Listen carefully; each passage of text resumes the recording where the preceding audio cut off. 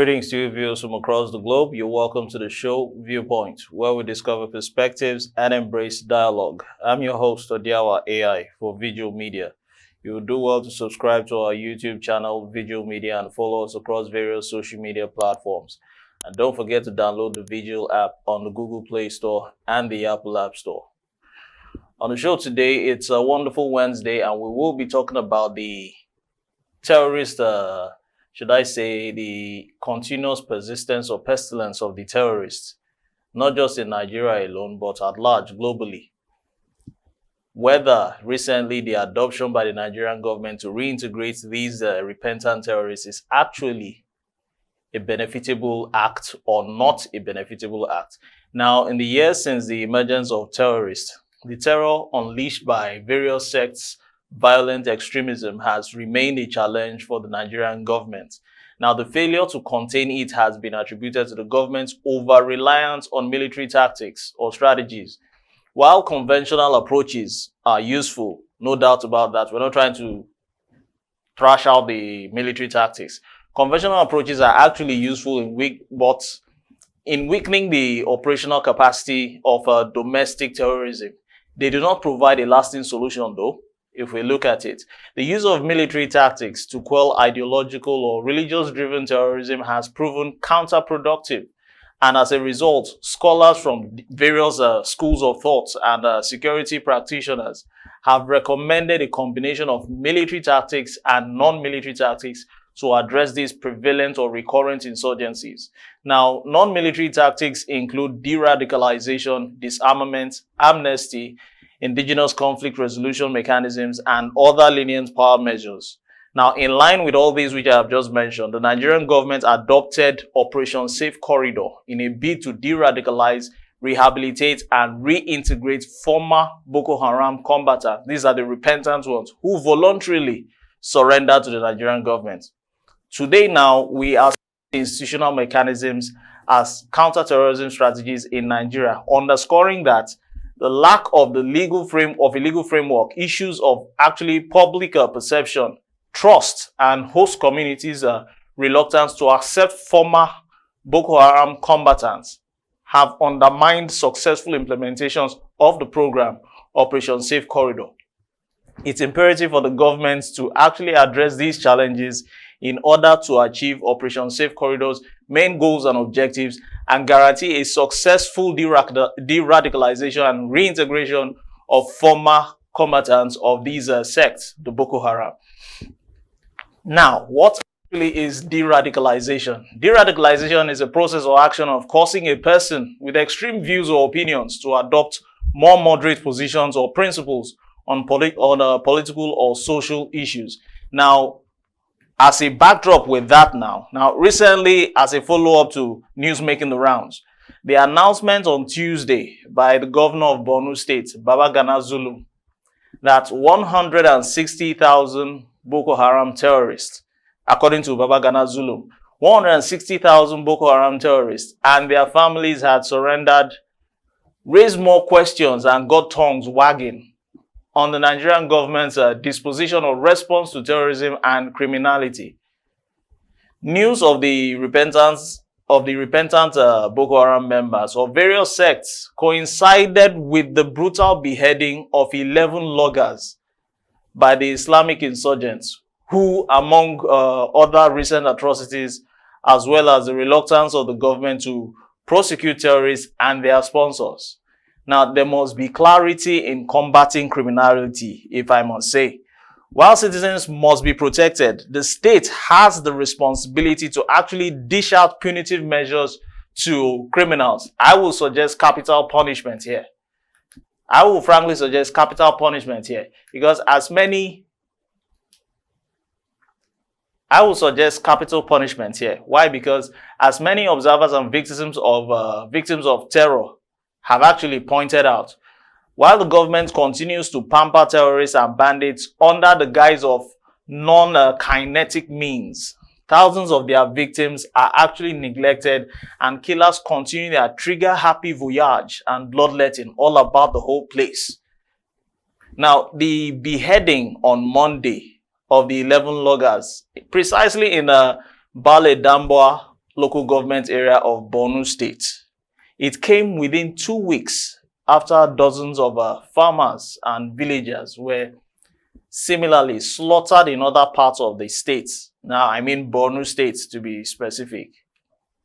Now, the unceasing rampage raised doubts in the effectiveness of the government's controversial release of so-called repentant terrorists into the society by the federal government. Could it now be the adage which says a leopard can never change its own spots?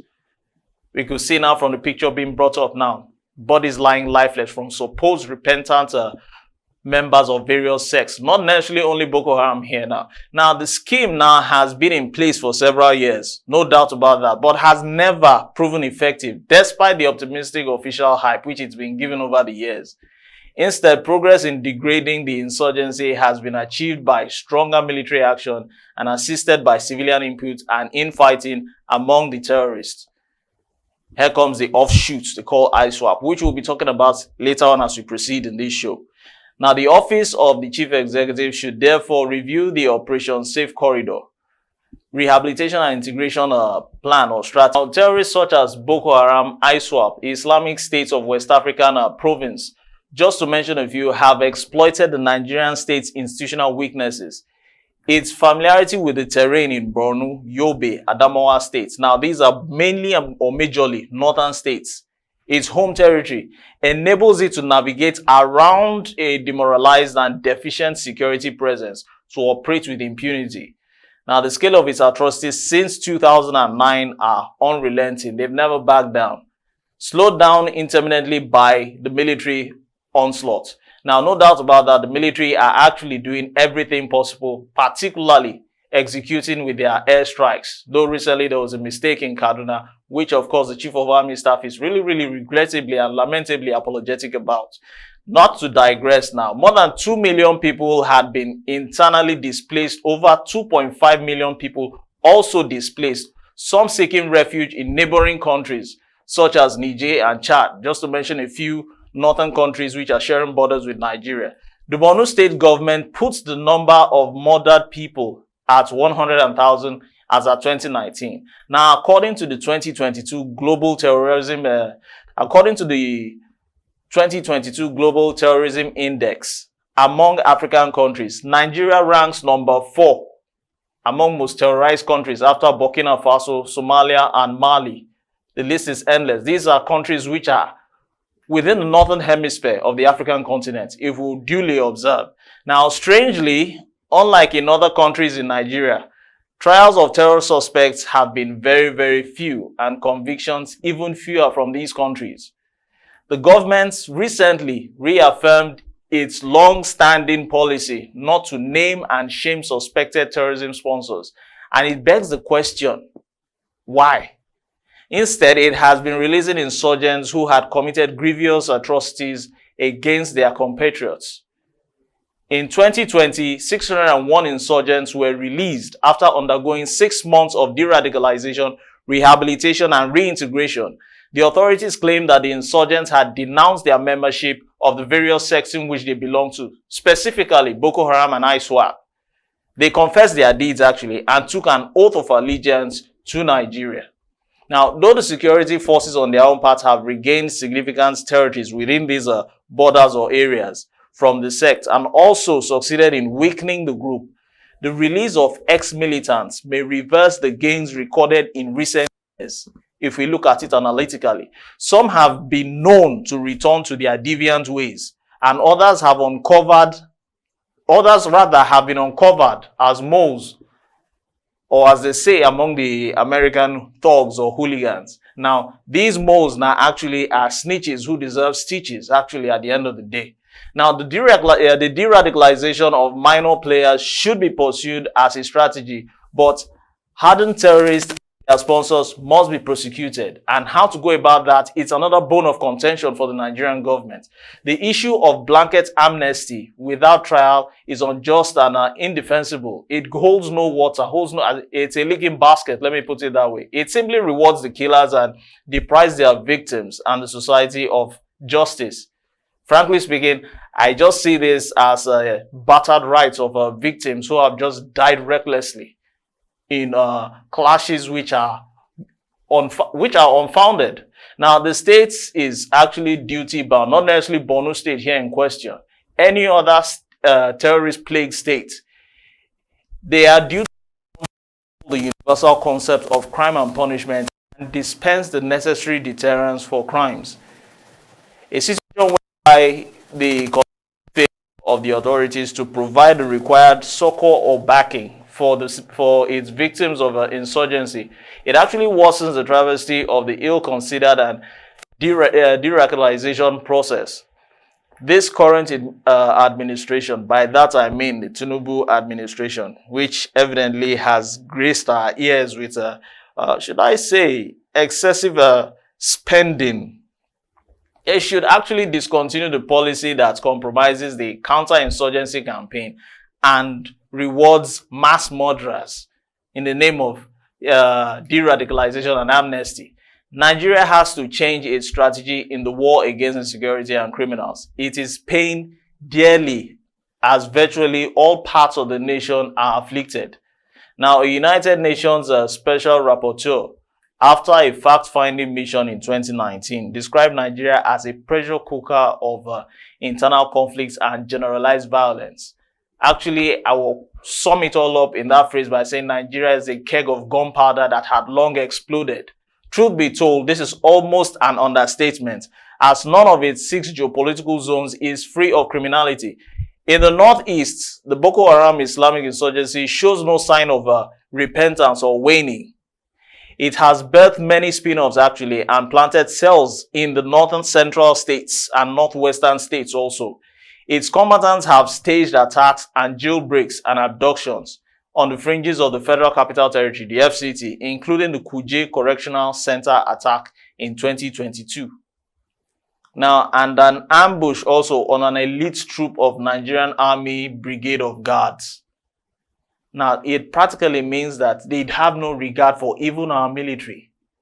People who go through the training, the rigors of training, you don't want to know the kind of training these people need to do to graduate into a level whereby they have to protect the territorial integrity of the country. And then this elite brigade of guards are just treated like trash at the end of the day. And the Nigerian government, I won't say they are not flexing their muscles to address the situation. Of course they are, but I don't think it's enough. Now, after being done with the North, because the North is not the only part of the country which is actually plagued with all sorts of insurgencies.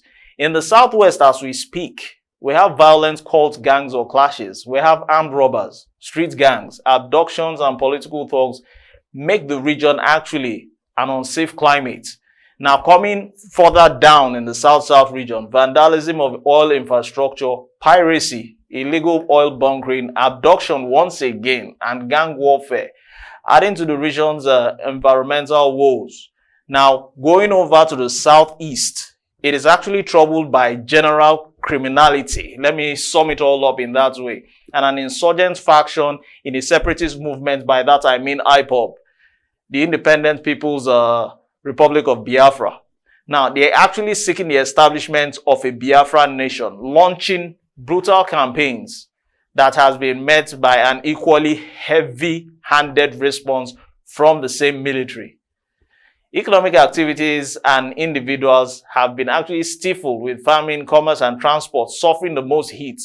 This has impacted on all sorts of production all over the economy, and inflation has drastically heightened to 27.3% right from October. The destitution rate also keeps ballooning and skyrocketing. Agencies which are actually meant to render aid have raised the number of Nigerians faced with hunger from 25 million projected by UNICEF in January to 26.5 million. Now, despite all these figures I have mentioned, despite all these areas within the nation I have actually highlighted or underscored, the government rarely prosecutes the hundreds of terrorists, bandits, kidnappers, or gangs or thugs that it claims to arrest. The hope needs to be renewed on a renewed onslaught against criminals and vigorous prosecution. Might I suggest, lastly, that narrative of insurgency needs to be changed.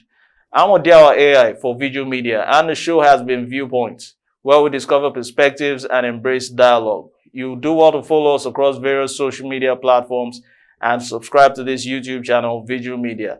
Don't forget to download the app on the Google Play Store and the Veegil app on the Apple App Store. Thanks for watching.